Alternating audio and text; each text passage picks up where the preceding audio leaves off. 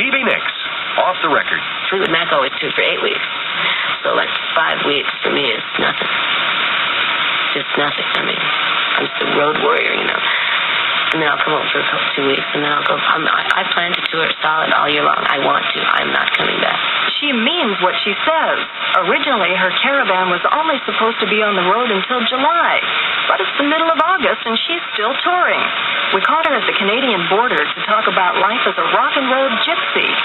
I'm Mary Turner, and this is Stevie Nicks, off the record. Well, I never thought I'd make it here in Hollywood.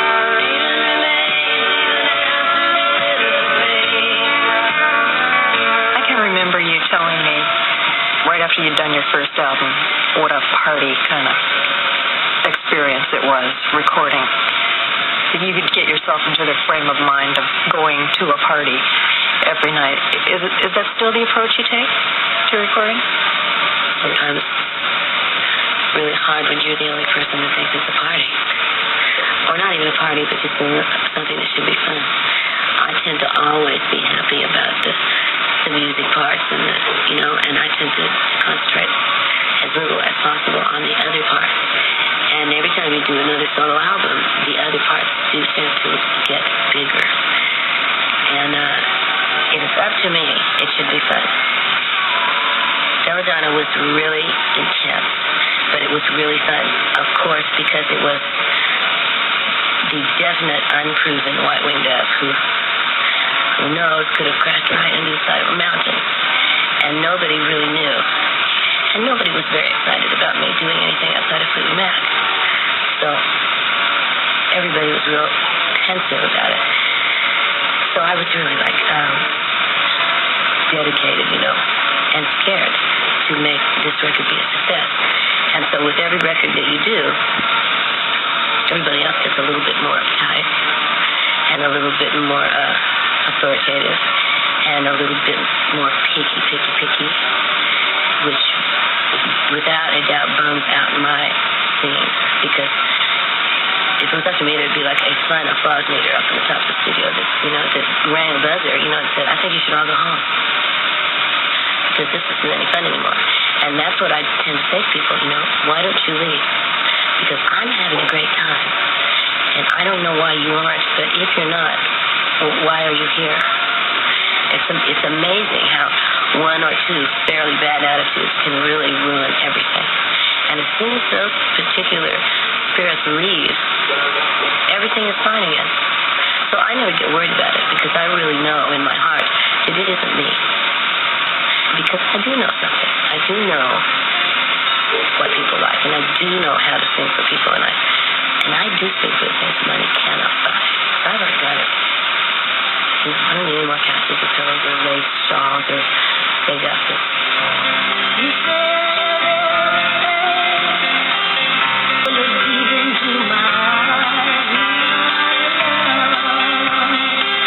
what are the things that money can't buy? Going into a studio and having really a lot of fun over a period of 6, 7, or 8 hours instead of going into the studio for 20 hours and having a psychological encounter group meeting where, like they used to do in, college, where you'd meet somewhere for 3 days, and by the time you all left, you were hysterical. It's like my friend Wadi, he says, he said, people walk in and he goes, well, so how are you? And then it's 5 hours later, after they've told you how they are, it's like from then on, personal problems do not come in here. I don't care how you are. Don't tell me how you are. Don't tell me about your domestic problems. Right now, this is what's important. I don't really want to know all that, because everybody's quite willing to sit down and tell you. There's no place for it there, It's supposed to be a wonderful job.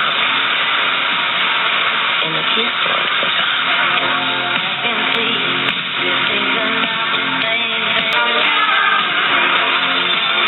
I tend to get very dressed up every single night so that everybody knows when I walk in that this is serious. I don't ever go to the studio in jeans and tennis shoes, ever. I always dress like I'm dressed basically now. I always dress up, because I know if I walk in there, even if I'm 10 pounds overweight, and I'm dressed up and I look pretty, that everybody in that room says, wow, she must have really thought she was going somewhere.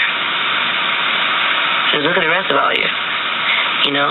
And I insist upon it with the girls, too, because it's like, you know, if you don't look like you care, after these guys have been around you for a couple months, you're going to become like an old shoe. I am never going to become an old shoe to any of the men in my life, ever.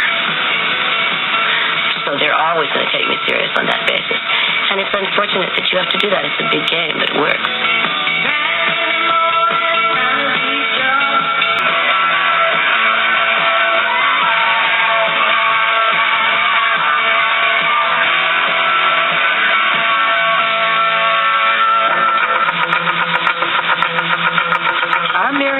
Talking with Stevie Nicks, Off the Record. I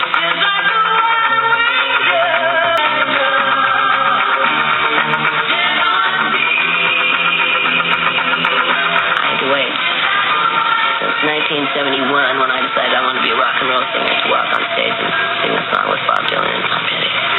But lots of people never get to walk on stage at all. My God, you made it happen. Right. Well, I dreamed it. You know, I said, someday I will get to actually hang out with the great singers and the great players. Even for a moment, even for just a second, you know. And it's definitely made the last 10, 11, 12 years, the bad parts made it worth it. Peer acceptance is real important to you. Professional. Well, that's all there is, really, because I don't really have, you know, I don't do anything else. I don't go anywhere. I don't really meet any new people. My life is pretty much surrounded with people that have been my friends forever, you know. I can't just go out and hang out at bars, you know. So, the players, the men in my life that are the great, great ones, of course, you know, it matters more than anything else in the world that they like it. So I know that my fans, I know them. They're just like me. They love music and they love to listen to my philosophy, and even if they don't agree with it, they think, well, at least it's trying, you know, at least Lucy is in, you know. But these guys, they're hard to please. So when they even smile, give you a little smile, you know, it's like, I would thank you, God, you know, for letting me be noticed. And yeah, it's the most important thing in the world.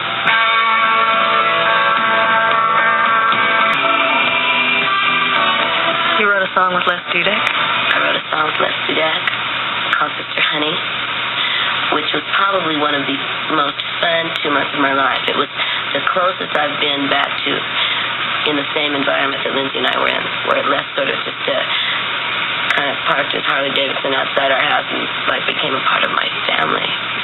He just became a part of my family, you know. Everybody loved him to death, and he doesn't live there. And we worked all night and all day, every day for about 7 weeks. And when we played, he played loud rock and roll guitar. And we sang loud. The entire canyon was ringing with this song. And I love nothing better than to be in the company of a great guitar player. It's the only time when I'm calm. And I think it's because of living all those years with Lindsay. And all he ever did was play guitar. You know, just lay on the floor and play guitar. Acoustic guitar, electric guitar, not plugged in, sound off on the television. And I had to learn to cool out and be calm when that was going on, or get out.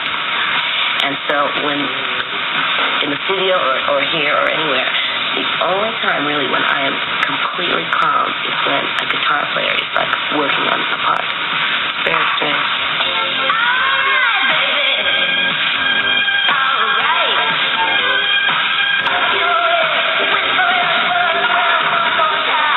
It takes a lot of energy and discipline to hit the stage dancing every night. In just a moment, Stevie Nicks talks about the strength of rock and roll ballerinas. Off the Record, I'm Mary Turner.